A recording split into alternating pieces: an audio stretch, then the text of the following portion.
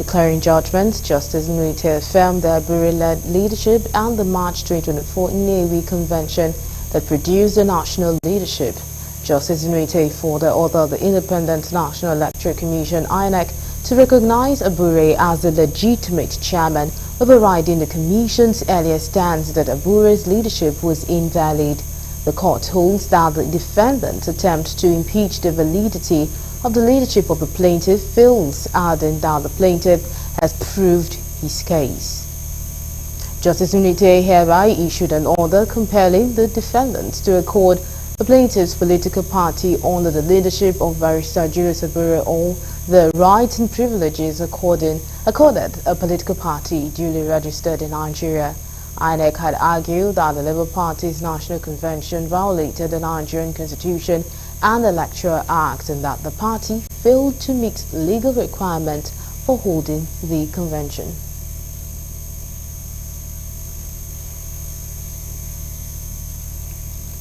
Rivers State Governor Siminalayi Fubara has cautioned citizens of the state against killing one another for politics or any other reasons. Governor Fubara made the disclosure at Ikere when he inspected the extent of damage done to the council secretariat after it was razed by thugs. According to the governor, they know where it is coming from, but will allow security agencies do their investigation. With a sense of responsibility, we don't need to kill ourselves. My time will come and I will leave. Do I need to burn the government house? We all know where this is coming from. That is the truth. And everybody knows that it is not from my supporters. But I leave all to the security agencies to do a thorough work and let us know the people that are behind this arson. He described the burning of the secretariat as a sad development because it was built by the immediate past chairman and the local government resources. Very sad seeing what had just happened in this council. I need to say this so that the people of Rivers State will understand why we took the path of peace. This council secretariat was built by the immediate past chairman. And for me, because I know the history of this council,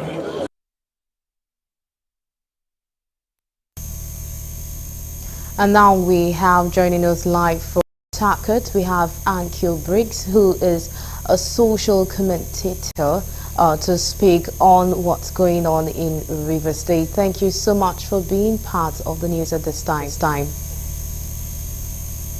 Thank you. Good evening. Thank you for having me. All right, Matt. So since the local government election in Rivers State, there has been unrest. We saw secretariats getting burnt and also, cases of loss of lives. What are your thoughts on this? I'm really just exacerbated by everything we have been through since last year, exactly October last year. What this state has been through, what we have been through, what the governor has had to put up with. We've been denied focused governance. The governor is trying his best, but if it is not insults rain down on the governor, it is burning down of local government offices.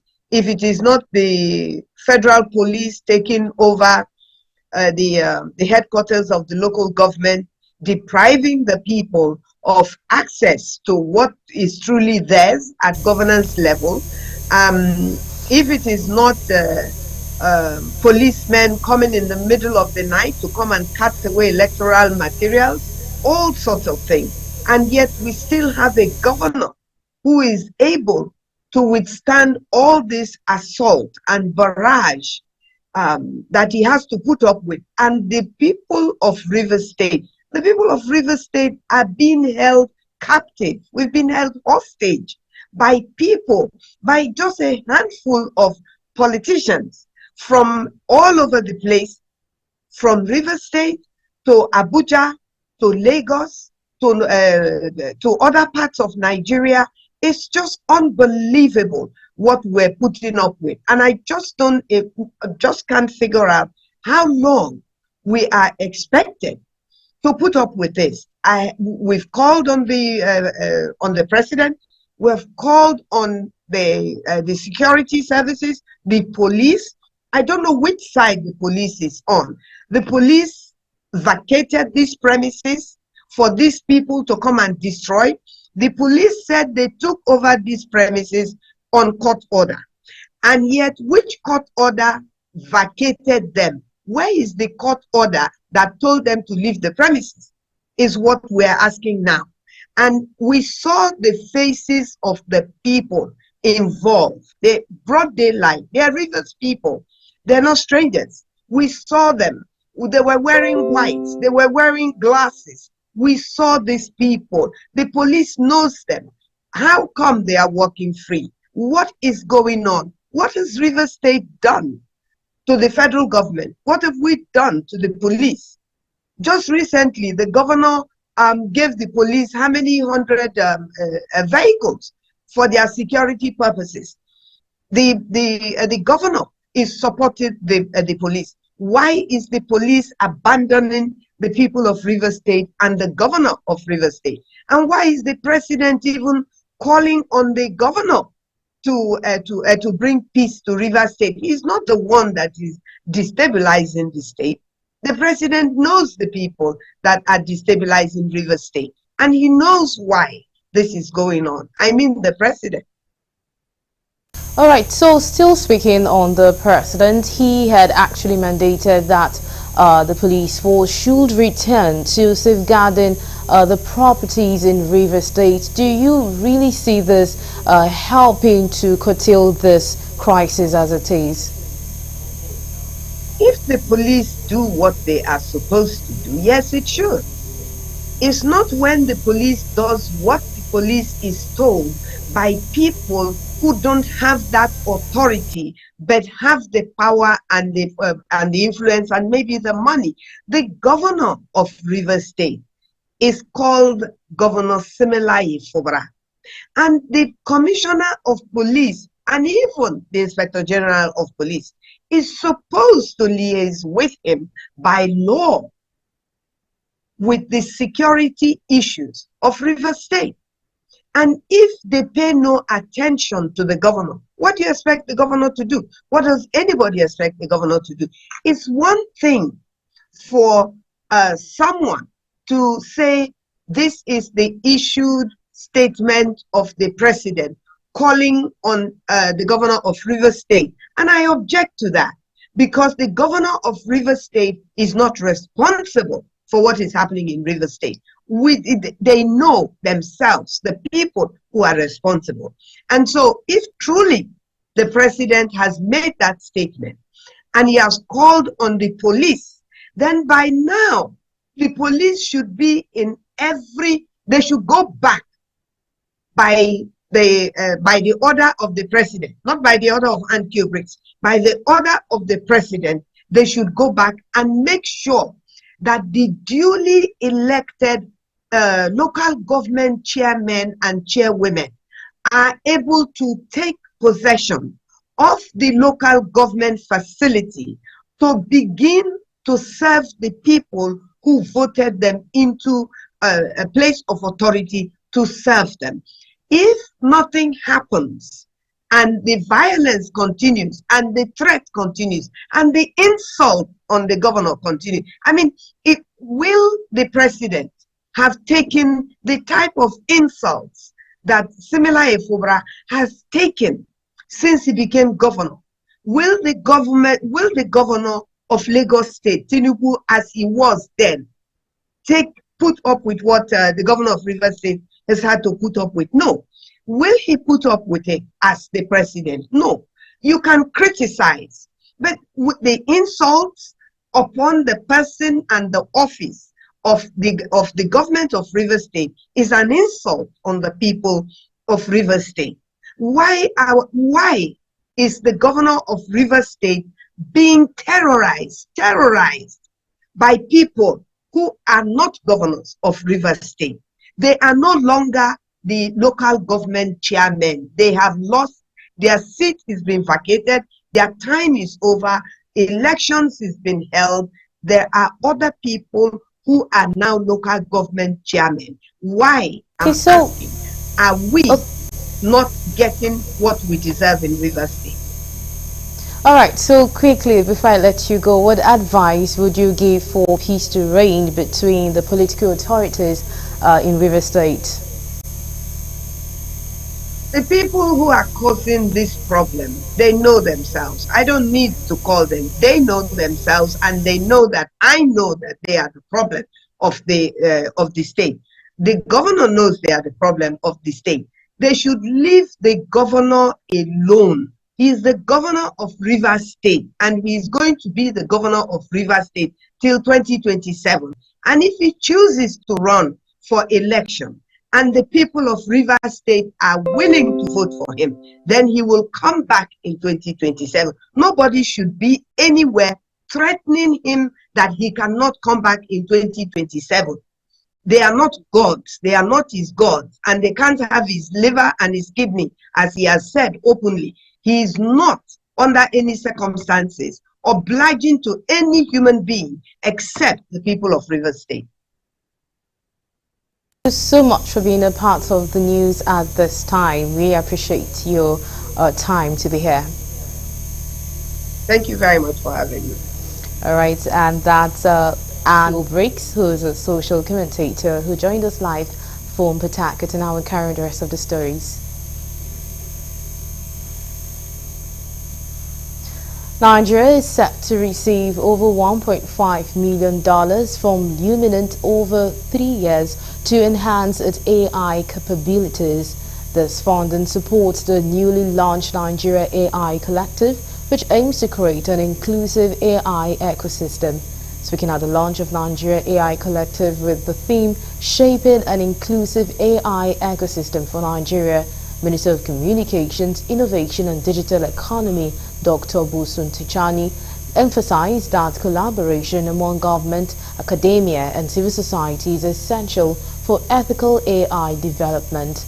The minister highlighted the transformative potential of AI across multiple sectors, stressing the importance of ensuring that its deployment in Nigeria aligns with ethical standards. Good pot of funding to get us going. As you will know, and for those who have been following, artificial intelligence is a serious set of technology that offers a unique opportunity for us to solve problems the way we've not been able to before. But at the same time, it's the kind of technology that when government all over the world is not paying attention, there's a danger that it has implication for society.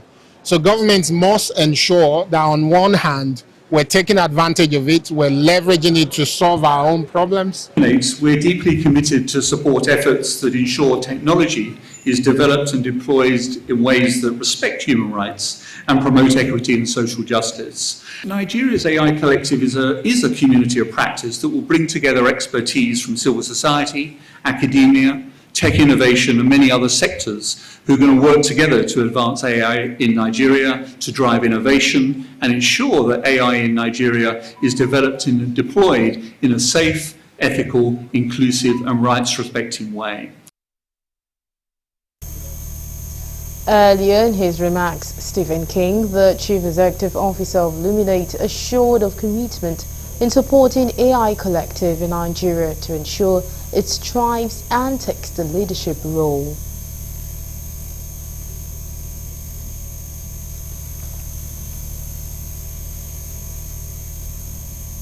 At least 21 passengers are feared drowned in a boat accident that occurred on Monday at Imure Town in the Omo-Odofin local government area of Lagos State. Tragedy struck when two boats, each ferrying 16 passengers, collided and capsized in the middle of the lagoon. The spokesperson for the Lagos State Police Command, Benjamin Hundeyin, said in a press release on Tuesday that the incident was reported to the Ilashe Police Division at about 7 p.m.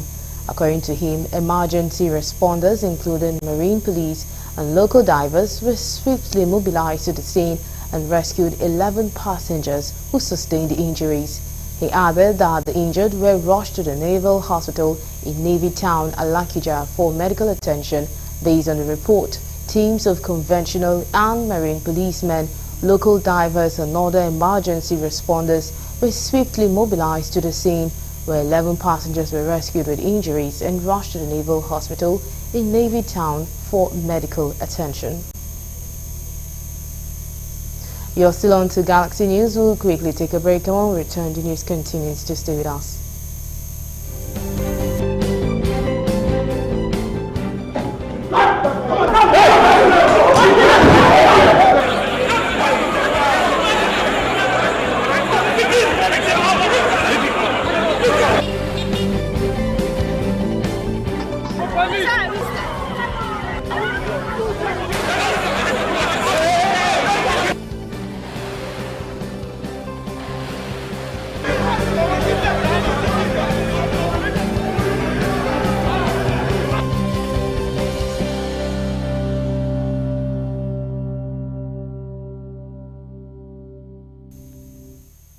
Well, glad to have you back. Now, for more updates and latest news, please visit our website www.galaxytvonline.com.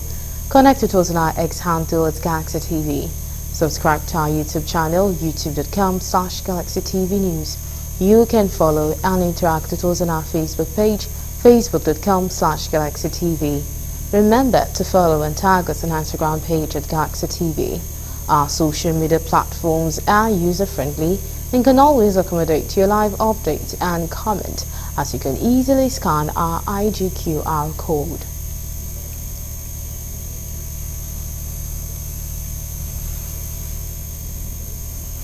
The Independent National Electoral Commission (INEC) says it will ensure every vote count with the adequate deployment and use of bimodal voter accreditation system (BVAS) and ensure electronic transmission of results from polling units. The resident electoral commissioner in Ondo State, Oluwatoyin Babalola, said this while addressing journalists in Akure on the preparation of the commission for the election. Babalola promised that the commission would put in its best to ensure the election results are transmitted to the INEC portal from the 3,933 polling units in the state. She said the large percentage of the non-sensitive election materials for the November 16, 2024 poll have been received and distributed to the 18 local government areas of the state.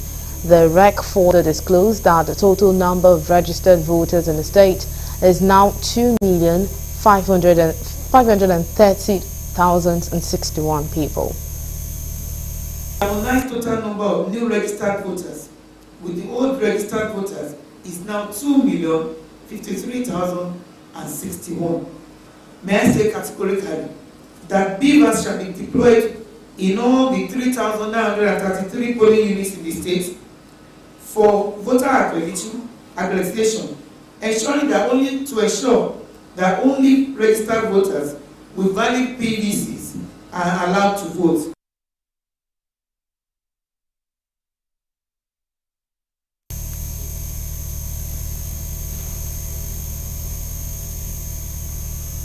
The National Council on Education has decided to integrate digital and entrepreneurship skills into the education curriculum in Nigeria. This formed the focus of discussion at the council meeting currently going on in Abuja, the Federal Capital Territory. Correspondent Kunujo reports that the council maintained that the gap in digital literacy in the country has been generating debate considering the state of the sector. Stakeholders at the meeting agreed that education has moved beyond chalkboard and books, making the shift to digital operations and national emergency. Speaking on the theme of the meeting, Innovation, Digital Technology and Entrepreneurship, Tools for Education and National Development in the 21st Century, the Permanent Secretary, Federal Ministry of Education, Dr. Nasir Gwazo, emphasized that the government has made available necessary resources to accommodate the system upgrade.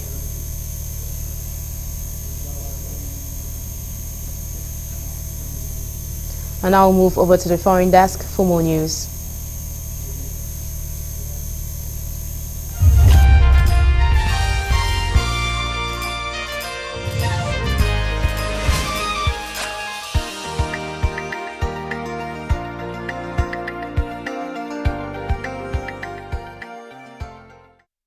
This is news from the international scene. Iran warned Israel on Tuesday against attacking any of its infrastructure amid fears of a possible Israeli assault on oil or nuclear sites following Iran's missile barrage last week. Minister Abbas Araghchi spoke after Israel said it was preparing a response to Iran's October 1st missile attack on its archenemy, its second in the country in 6 months. On Monday, an official statement quoted Araghchi as saying Iran did not seek war in the region. On Friday, U.S. President Joe Biden cautioned Israel against attacking oil installations in Iran, one of the world's top 10 producers of crude. Islamic Revolutionary Guard Corps General Rasul Senad warned Israel on that any attack on nuclear or energy sites would cross a red line.